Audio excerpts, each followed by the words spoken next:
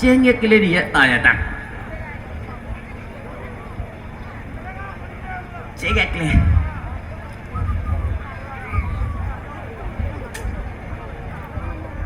ဟယ်လို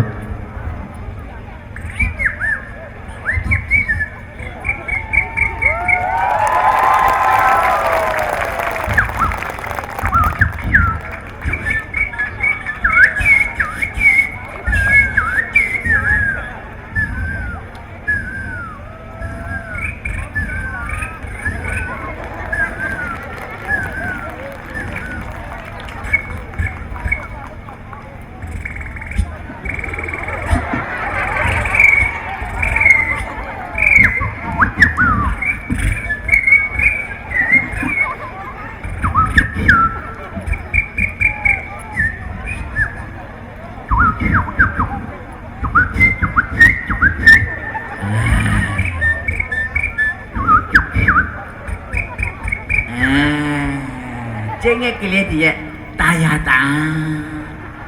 အခုကတော့ဒါကျွန်တော်တို့ရှင်ပွေရံမှာတိခါတော်ရဆရာကြီးလပွေချိန်နာရဲ့အောင်ပဲပွဲဒါဖျားကြောင်တစ်ပွဲမှာဝက်ကအတက်ကိုပေးသွားတဲ့ဝက်ကြီးရဲ့အတန်ရဲ့ဖျားကြောင်ဆောင်တစ်ခွင်ပွဲမှာစက်ကတော်တဲ့အတက်ပေးသွားတဲ့ဝက်ဝက်ကြီးအစုံပေါ့ကွာလောက်ပါတကယ်ချင်းဝက်နဲ့ပူတူတာတော့ရောက်ဖပဲနဲ့ရောက်ဖပိတ်တာ40ကျော်လောက်ရှိတယ်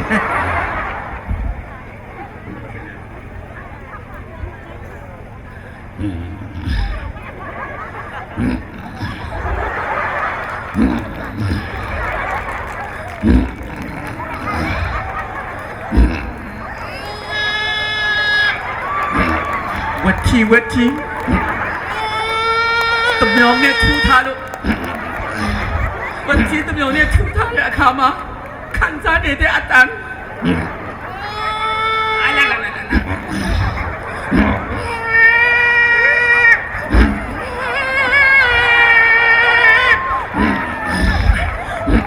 ဝက်မဝ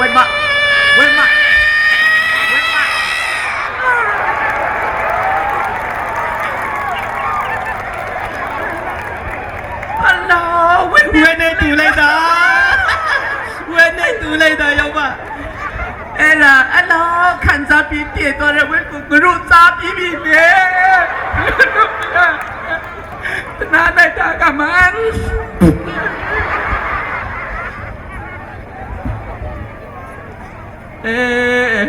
အခုကတော့ကျွန်တော်တို့ဟိုးတရုံချောင်းဘေးမှာရီစာစကားပြောနေကြတဲ့ဘေးကြီးဘေးမကိုဘေးကြီးကတရုံချုံဘေးနာမှာရီစာစကားပြောနေတဲ့ပဲအဲ့ဒါ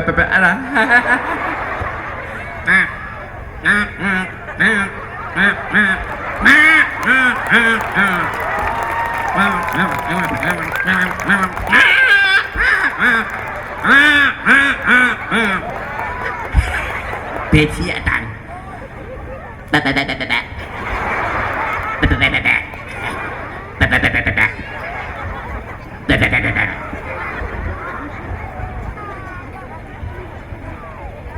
မျက်စိမကောင်းလို့မျက်မှန်တတ်ထားပါတယ်ဆိုမှပဲရွှေတွင်းဘေးမှာငိုနေကြတဲ့မိသားစု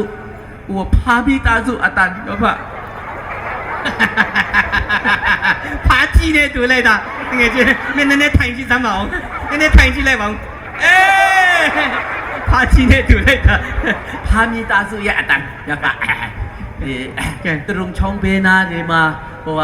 ရွှေတွင်းဘေးနာဒီမှာရေကတိတ်မရှိတော့ဒါမိသားစုတွေခံစားနေတဲ့အတန်ဖားရဲ့သဘောတဘာဝကသူကဖားမကနည်းနည်းထွားတယ်ဖားကြီးကနည်းနည်းအကောင်သေးတယ်အဲ့ခါကျတော့ဖားမဆိုတော့ရွာမဲ့ဖားမအော်စမ်း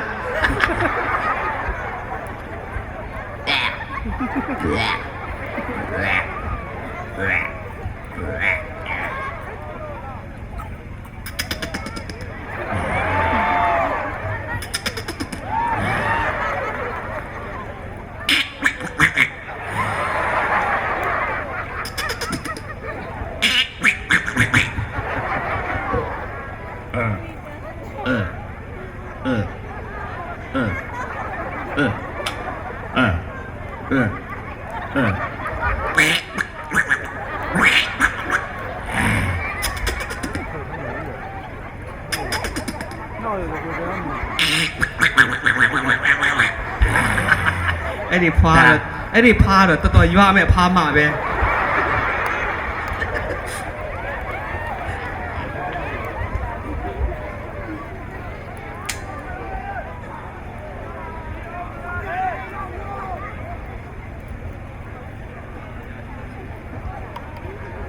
ကဲ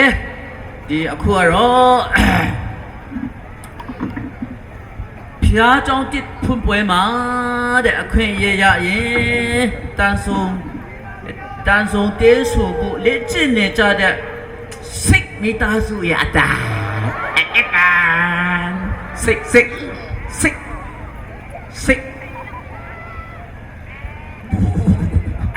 60 bis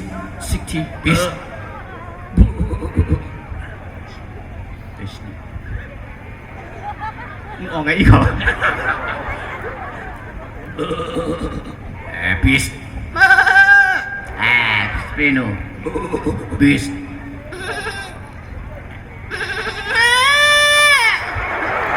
Spreno bis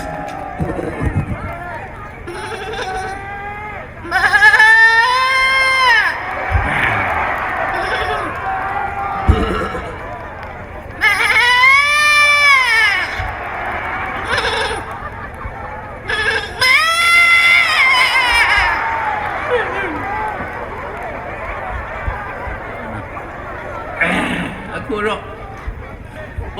ကျွန်တော်တို့နာကတောင်တန်းဘက်ကိုဆန်ဒီစပါးဒီတင်ပြီးသွားတဲ့ဒီလာချီရဲ့ခံစားချက်နာကတော့တအားမြင်တာလေတအားမြင်တော့အဲ့မှာစားဖို့လူတွေစားဖို့စပါးတို့ဆန်တို့ဘာတို့ညာတို့ပေးတို့ငပိတို့တင်သွားတဲ့အခါမှာမနိုင်လို့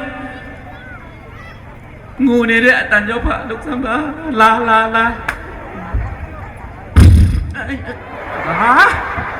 ယောဘယ်လိုလဲလာဆိုတာမြင်းဆိုတာက तू ကအော်တော့မယ်ဆို तू အဲ့ဒီမှာလေဟိုကလေပမာလူကမာလာအဖူတာလေတန်ချီနေလောက်တာတန်ချီပစတန်ချီရဲ့အလိုမျိုးအဲ့လိုပြောစမ်းပါမယ်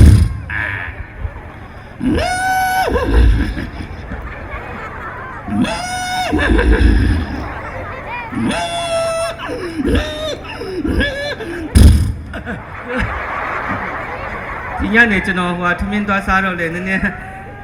ငရုတ်တီးထောင်းနည်းနည်းမများသွားတယ်အဲ့ဒါကိုသွားမတိုက်ရသေးဘူးအဲ့ခါကျတော့ကျွန်တော်လှုပ်လိုက်တယ်နည်းနည်းအဖတ်တင်နည်းနည်းထွက်သွားအကငါမျက်နှာရေးမှာပဲဘာအနက်လဲလို့ဟိုကအနက်ကြီးကိုမဟုတ်ဘူးလေတခါတည်းတစ်ချက်ခုတ်နှစ်ချက်ပြတ်တယ်ဒီကလည်းပရုဆိုလှုပ်လိုက်တော့မျက်နှာကအပေါက်ကတခါတည်းဖာပြီးသားတယ်ကဲအခုတော့အရေးကြီးတယ်ဒီရှင်ပွေရမှာနေထိုင်ကြတဲ့မိဘပြည်သူများတော့မတိကျဘူးနဲ့တူတယ်။အိုးကချင်ပြည်နယ်ဘက်မှာကျတော့တိုက်ပွဲတွေတအားဖြစ်တယ်။တိုက်ပွဲတွေဖြစ်တော့ကြောင်ကြီးတဲ့ကြောင်ကတော့ရီစာဖြစ်ခါစပေါ့ဖြစ်တော့ဖြစ်တယ်ဘူးရီစာစကားပြောမယ်ဆိုပြီးလာတဲ့အခါမှာရီစာတော့ဖြစ်နေပြီရီစာစကားမပြောရသေးဘူးပြောမယ်ဆိုပြီးမှလုတ်တဲ့အခါမှာမော်တာတနတ်မော်တာကြီးကသူတို့နှစ်ယောက်ရဲ့ဂျာမှာကြာလာတော့ပေါဆိုတဲ့လမ်းခွဲသွားတယ်လမ်းခွဲသွားတော့ဟိုးရက်မှာပဲမလို့ညောဒီဘက်လာခါနီးမှာပြန်ဆုံတယ်ဇလန်ကြောင်ကြီးစားတို့တယောက်ရဲ့ကြောင်ကြီးစားရဲ့လွမ်းစရာပုံပြင်လေးခန်းစားချက်အဲ့ဆိုကြောင်မကအရင်အမကအရေးကြီးတယ်လေကြောင်မအရေးကြီးကဲကြောင်မလှုပ်လိုက်စမ်း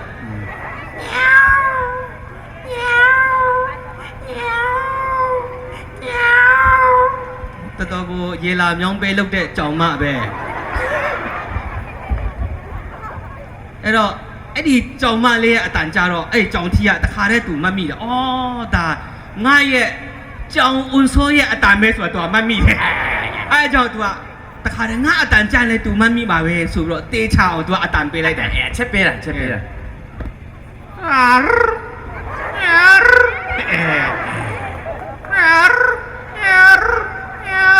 အဲ့ဒီမှာကြောက်မပြန်ချပြီဟာ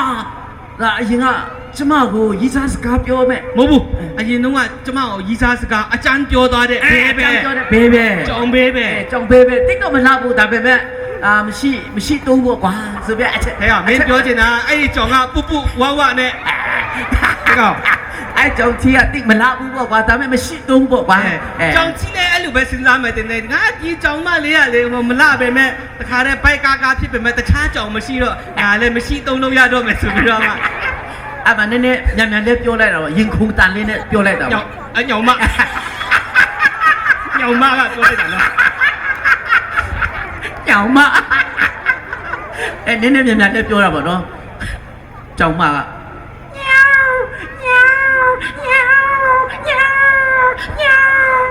ရမ်းကြိုက်လာတာပေါ့အဲ့လိုပြောလိုက်ရင်ခုန်တန်မဟုတ်ဘူးအဲ့မှာကြောင်ကြီးကတခါလဲနားလေလိုက်ပြီဒီတခါလဲငါအရင်တစ်ခေါက်အလူရီးစားစကားများများမပြောဘဲနဲ့ငါအချိန်ဆွဲနေနောက်တစ်ခါမော်တာကြီးကြလာလို့ရှိရင်ငါနောက်ကျတော့မယ်ဆိုတော့မြင်မြင်ဆုံးဖြတ်တော့မယ်ဆိုပြီးတော့ကြောင်ကြီးတခါလဲအတန်ပေးလိုက်ပြီအ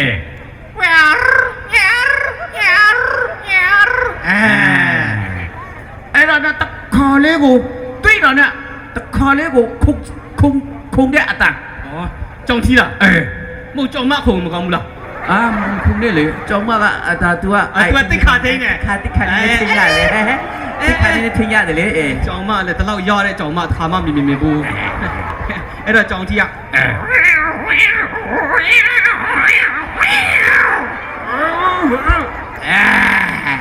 ဘာအတန်လဲအဲ့ဒါ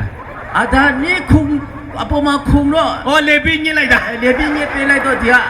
မခံနိုင်တော့အဲ့လိုဖြစ်သွားတာအဲ့ဆိုအစနဲ့ပြန်ပြောမယ်ကဲအစနဲ့နော်အဲ့ဒီအတန်ကတော်တော်ရှုပ်တယ်နော်တကယ်ချင်းအဲ့လိုအဲ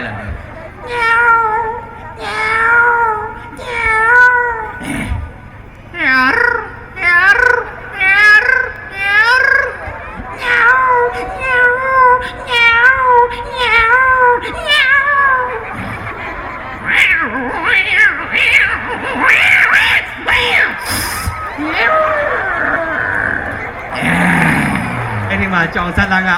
အဆင်ပြေသွားတယ်ဒီအတန်ကြလို့ကြောင်မတေသွားတာမဟုတ်ဘူးနော်အဆင်ပြေသွားတာညားသွားတာအဲ့လိုဖြစ်တာဆိုတော့ဒါတော့ချက်မိသားစုရဲ့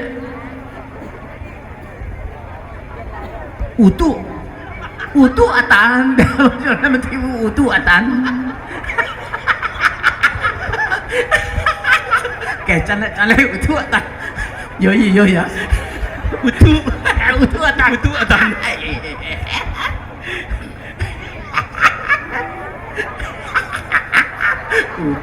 န်ကဲကျန်ထားတော့ပါအရှင်ဘူးยังมาကျန်ထားလဲရအောင်ချီပိုင်းနေပန်းချ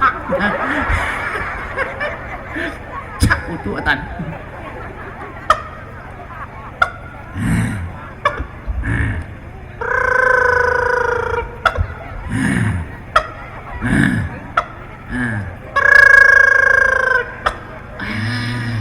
ဥတုအတန်ကဲဆိုကတော့မှချက်မိသားစုရဲ့ဂီတာတန်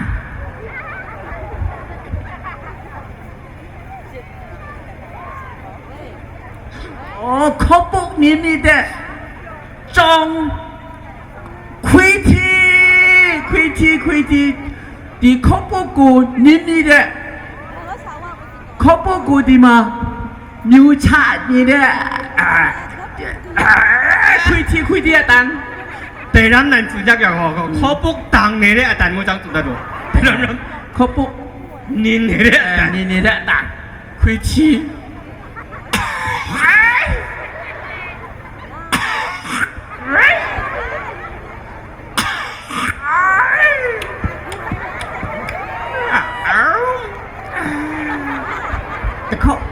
น้ำเลยบุ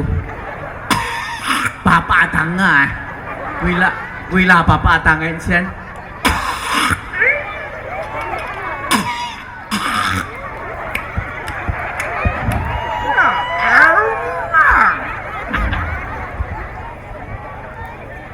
ကဲဆိုရင်ကတော့ပလင်ရှင်ကြီးတို့ရဲ့ပထမအနေနဲ့ဒါတန်တေးဆုံးတုံအစုံတန်တဲ့ဒါဖြစ်ဖြော်တယ်ဖြစ်တယ်ကိုအဆူတော်ကြီးဘာပဲပြောပြောရှင်ဘူးယံအတင်းတော်အတင်းသားများဘလူပဲတဘောထားပလင်ရှင်ကြီးကတော့အခုပြောတော့တဲ့တတိဆန်နေအားလုံးကိုမိသားစုဝင်လို့တဘောထားပြီးသူများတတ်ထိုင်တော့စားတယ်လေကဲကျေးဇူးတင်ပါတယ်